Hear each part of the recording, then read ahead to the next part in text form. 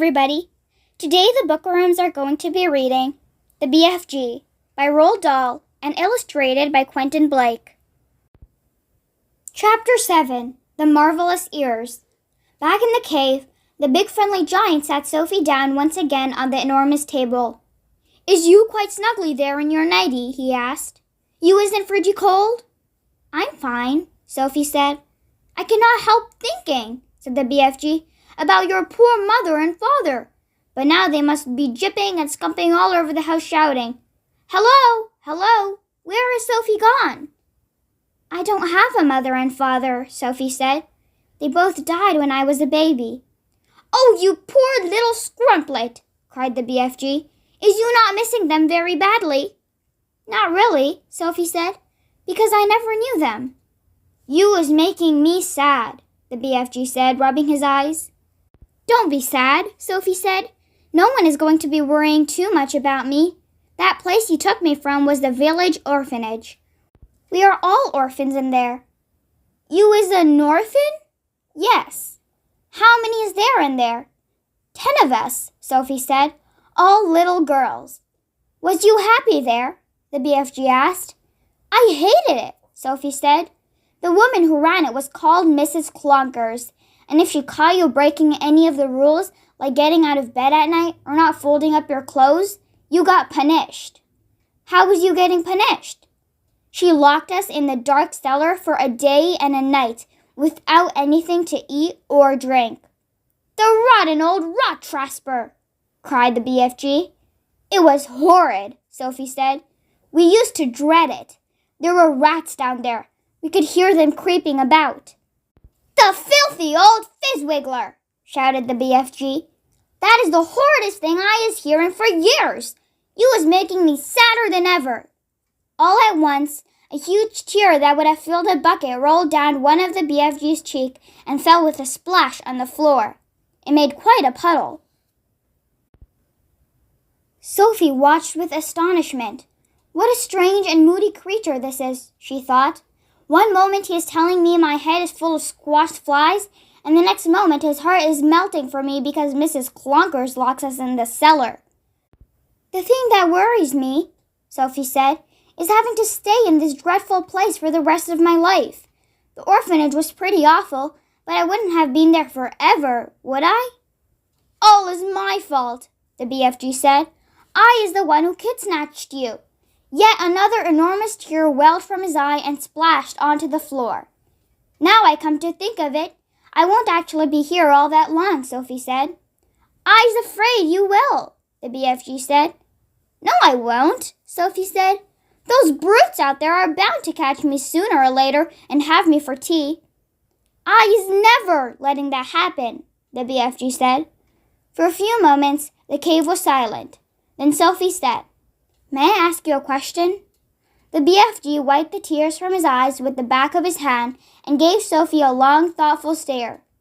"Shoot away," he said. "Would you please tell me what you were doing in our village last night?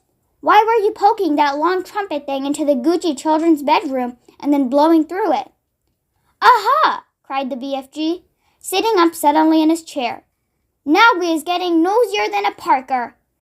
"And the suitcase you were carrying?" Sophie said. "What on earth was that all about?" The BFG stared suspiciously at the small girl sitting cross-legged on the table. "You was asking me to tell you wopsy big secrets," he said. "Secrets that nobody is ever hearing before." "I won't tell a soul," Sophie said. "I swear it. How could I anyway? I am stuck here for the rest of my life." "You could be telling the other giants." "No, I couldn't," Sophie said. "You told me they would eat me up the moment they saw me." "And so they would," said the BFG. "You is a human being, and human beings is like straw bunkles and cream to those giants. If they are going to eat me the moment they see me, then I wouldn't have time to tell them anything, would I?" Sophie said. "You wouldn't," said the BFG. "Then why did you say I might?" "Because I is a brimful of buzzburgers," the BFG said. "If you listen to everything I'm saying, you will be getting earache." "Please tell me what you were doing in our village," Sophie said. "I promise you can trust me." Would you teach me how to make an elephant? The BFG asked. What do you mean? Sophie said. I would dearly love to have an elephant to ride on, the BFG said dreamily. I would so much love to have a jumbly, big elephant and going riding through the green forests, picking peachy fruits off the trees all day long. This is a sizzling, hot, muck-frumping country we is living in. Nothing grows in it except snozzcumbers. I would love to go somewhere else and pick peachy fruits in the early morning from the back of an elephant. Sophie was quite moved by this curious statement. Perhaps one day we will give you an elephant, she said, and peachy fruits as well. Now tell me what you are doing in our village. If you was really wanting to know what I am doing in your village, the BFG said, I is blowing a dream into the bedroom of those children. Blowing a dream? Sophie said. What do you mean? I is a dream-blowing giant, the BFG said. When all the other giants is galloping off every what way which to swell up human beings, I is scuttling away to other places to blow dreams into the bedrooms of sleeping children. Nice dreams, lovely golden dreams, dreams that is giving the dreamers a happy time. Now hang on a minute, Sophie said. Where do you get these dreams? I collect them, the BFG said, waving an arm towards all the rows and rows of bottles on the shelves. I has billions of them. You can't collect a dream, Sophie said. A dream isn't something you can catch hold of. You was never going to understand about it, the BFG said. That is why I was not wishing to tell you. Oh, please tell me, Sophie said. I will understand. Go on. Tell me how you collect dreams. Tell me everything. The BFG settled himself comfortably in his chair and crossed his legs. Dreams, he said, is very mysterious things. They is floating around in the air, like little wispy, misty bubbles, and all the time they is searching for sleeping people. Can you see them? Sophie asked. Never at first. Then how do you catch them if you can't see them? Sophie asked. Aha, said the BFG. Now we is getting onto the dark and dusky secrets. I won't tell a soul. I is trusting you, the BFG said. He closed his eyes and sat quite still for a moment while Sophie waited. A dream, he said, as it goes whiffling through the night air, is making a tiny little buzzing, humming noise. But this little buzzy humming is so silvery soft, it is impossible for a human being to be hearing it. Can you hear it? Sophie asked. The BFG pointed up at his enormous truck wheel ears, which he now began to move in and out. He performed this exercise proudly with a little proud smile on his face. Is you seeing these? He asked. How could I miss them? Sophie said. They may be looking a bit preposterous to you, the BFG said, but you must believe me when I say they is very extra usual ears indeed. They is not to be coughed at. I'm quite sure they're not, Sophie said. They is allowing me to hear absolutely every single twiddly little thing. You mean you can hear things I can't hear? Sophie said. You is deaf as a dumpling compared with me, cried the BFG. You is hearing only thumps, loud noises with those little earwigs of yours, but I'm hearing all the secret whisperings of the world. Such as what? Sophie asked. In your country, he said, I is hearing the footsteps of a ladybird as she goes walking across a leaf. Honestly? Sophie said, beginning to be impressed. What's more, I is hearing those footsteps very loud, the BFG said. When a ladybird is walking across a leaf, I is hearing her feet going clumpity clumpity clump like giant footsteps. Good gracious me, Sophie said. What else can you hear? I is hearing the little ants chittering to each other as they scuttle around in the soil. You mean you can hear ants talking? Every single word, the BFG said, although I is not exactly understanding their language. Go on, Sophie said. Sometimes, on a very clear night, the BFG said, and if I is swiggling my ears in the right direction, And here he swiveled his great ears upward so they were facing the ceiling. If I was swiggling them like this and the night is very clear, I is sometimes hearing far-away music coming from the stars and the sky. A queer little shiver passed through Sophie's body. She sat very quiet, waiting for more.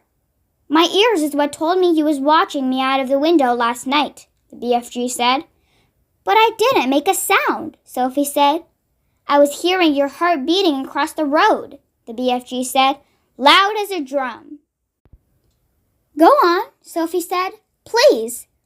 I can hear plants and trees. Do they talk? Sophie asked.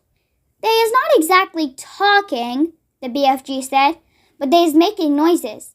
For instance, if I come along and I is picking a lovely flower, if I is twisting the stem of the flower till it breaks, then the plant is screaming. I can hear it screaming and screaming very clear.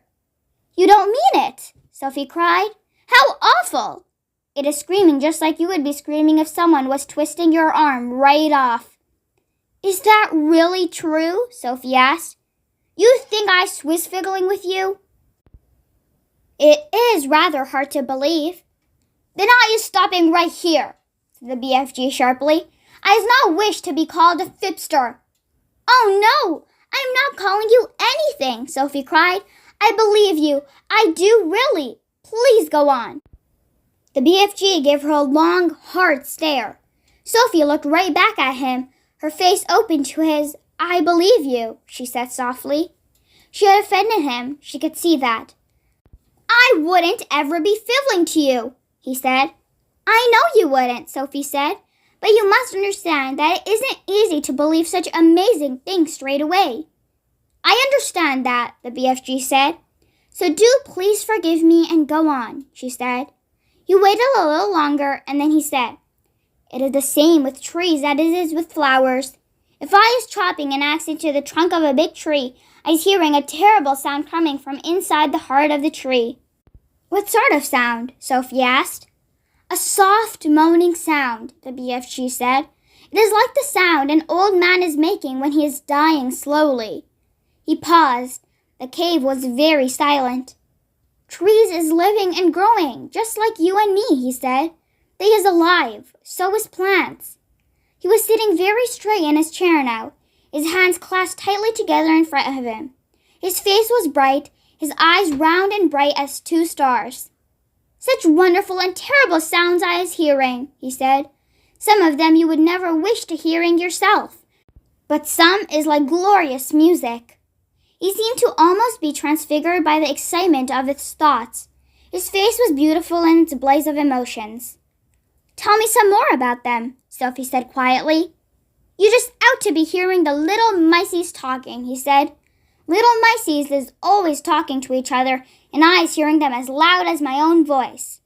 What do they say? Sophie asked. Only the miceys know that, he said. Spiders is also talking a great deal.